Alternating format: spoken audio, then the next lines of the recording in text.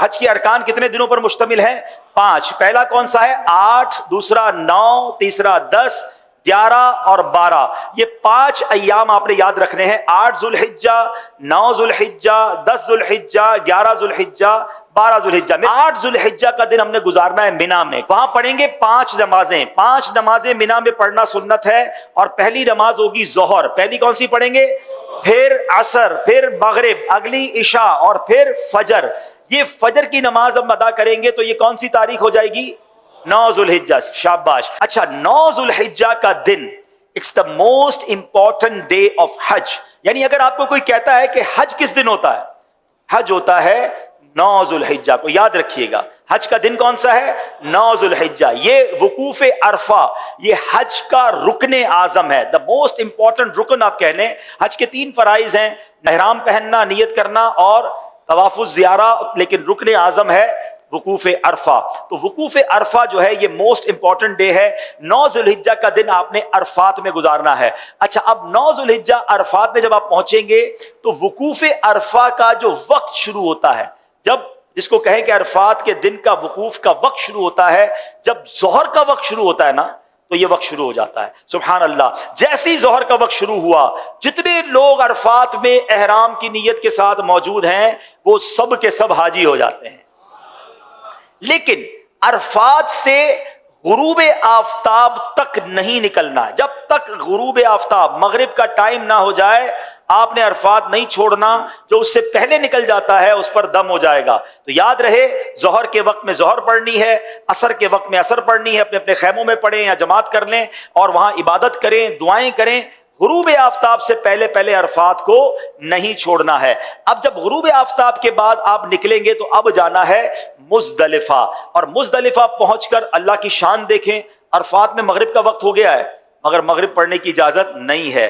اچھا، مزدلفہ میں بھی مغرب اور عشاء پڑھیں گے، مگر عشاء کا وقت شروع ہو جانے کے بعد پڑھیں گے۔ یعنی عشاء کا وقت شروع ہو گیا، اب مغرب اور عشاء پڑھیں گے، اور اس کو ملا کر پڑھنے کا طریقہ یہ ہے کہ مغرب کے پہلے فرض پڑھیں گے، پھر عشاء کے فرض پڑھیں گے، پھر مغرب کی نوافل، مغرب کی سنتیں اور نوافل، پھر عشاء کی سنتیں وتر وغیرہ ادا کیے جائیں گے۔ اب یہ رات ہے 10 ذوالحجہ کی رات، صبح 10 ذوالحجہ ہے۔ یہ رات گزاریں گے مزدلفہ میں، اور اس رات عبادت بھی کریں گے۔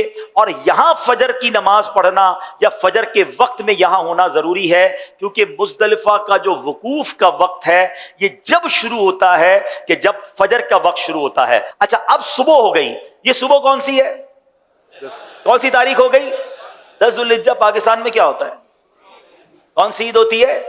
بقرہ عید۔ حاجی دیکھو کیسے کمال کی عید منا رہا ہوتا ہے، لوگ اچھے اچھے کپڑے پہنے ہیں، خوشبو لگائے گھوم رہے ہوتے ہیں، ایک دوسرے سے عید مبارک کر رہے ہوتے ہیں۔ حاجی کے احرام بھی میلا، اس کے بال بھی بکھرے ہوئے، اس کی آنکھیں بھی نیند سے، تھکن سے چور ہے۔ یہ کیسی عید ہے؟ واللہ یہ ساری دنیا کی عیدوں سے اچھی عید۔ ہائے ہائے، کیونکہ اللہ کو یہ میلا کچیلا حاجی بڑا پسند ہے۔ آج عید کا دن ہے اور حاجی کو 3 کام کرنے ہیں۔ 10 ذوالحجہ کو 3 کام کرنے ہیں، اور یہ تینوں کام ایک ترتیب سے، سیکوینس سے کرنا بڑا ضروری ہے۔ ٹھیک ہے، یاد رکھیے گا۔ پہلے حاجی نے کیا کرنا ہے؟ رمی کرنی ہے۔ کیا کرنا ہے؟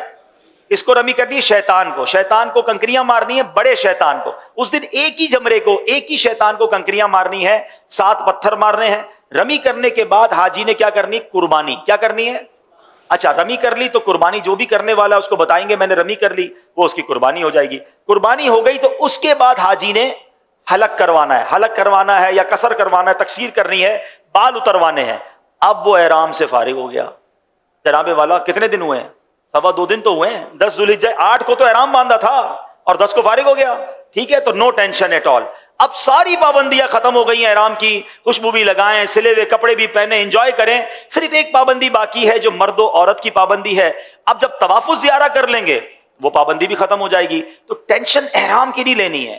2.5 days، 2.25 دن، 2.5 دن میں آپ احرام سے آلموسٹ فارغ ہو جائیں گے۔ اب آپ کا ایک بڑا فرض باقی ہے، اور وہ کیا ہے؟ طواف الزیارہ۔ طواف الزیارہ اس کا نام ضرور ہے مگر چکر اس کے بھی ساتھ ہی ہیں۔ وہ نارمل طواف کی طرح ہے، مگر یہ طواف زیادہ انجوائبل ہے کہ اس طواف میں اب آپ کپڑے پہنے ہوئے ہیں، اب آپ احرام میں نہیں ہیں، اب آپ اپنے لباس کے ساتھ بڑے سکون سے طواف الزیارہ کریں گے۔ اور پھر ایک واجب ہے، وہ ہے حج کی سعی۔ تو طواف الزیارہ اور سعی آپ نے کرنی ہے۔ طواف الزیارہ کا جو ٹائم ہے وہ 10 کو بھی کر سکتے ہیں، 11 کو بھی کر سکتے ہیں، 12 کی غروب آفتاب سے پہلے پہلے کرنا ہے، تیسری عید کو مغرب کی نماز کا وقت شروع ہونے سے پہلے پہلے کسی بھی وقت طواف الزیارہ کیا جا سکتا ہے، ٹھیک ہے۔ اور جو سعی ہے، جو طواف الزیارہ کے بعد کرنے والی حج کی سعی ہے، وہ آپ کبھی بھی کر سکتے ہیں، 12 کے بعد بھی کر سکتے ہیں، لیکن آپ بہتر ہے کہ طواف الزیارہ کے ساتھ کر لیں تاکہ ایک چیز کمپلیٹ ہو جائے۔ اب 11 اور 12 ذوالحجہ میں 2 مزید آپ نے کام کرنے ہیں۔ وہ کیا کرنے ہیں؟ آپ نے جمرات کی رمی کرنی ہے اور اس میں 3 شیطانوں کو کنکریاں مارنی ہیں، اور ہر شیطان کو 7 کنکریاں مارنی ہیں۔ تو جب 3 شیطانوں کو 7 کنکریاں ماریں گے تو کتنی ماریں گے؟ کتنی ماریں گے؟ 21 کنکریاں 11 ذوالحجہ کو بھی ماریں گے اور 21 کنکریاں 12 ذوالحجہ کو بھی ماریں گے۔ Very good. اچھا، اب 11 اور 12 میں جمرات کی رمی کا وقت شروع کب ہوتا ہے؟ یاد رہے، جیسے ہی ظہر کا وقت شروع ہوتا ہے نا، جمرات کی رمی کا وقت بھی شروع ہو جاتا ہے۔ تو ظہر کے بعد سے لے کر اگلے دن صبح صادق تک آپ کبھی بھی رمی کر سکتے ہیں۔ چلے جناب، حج کے 5 ایام پورے ہو گئے، اب بھی خود بھی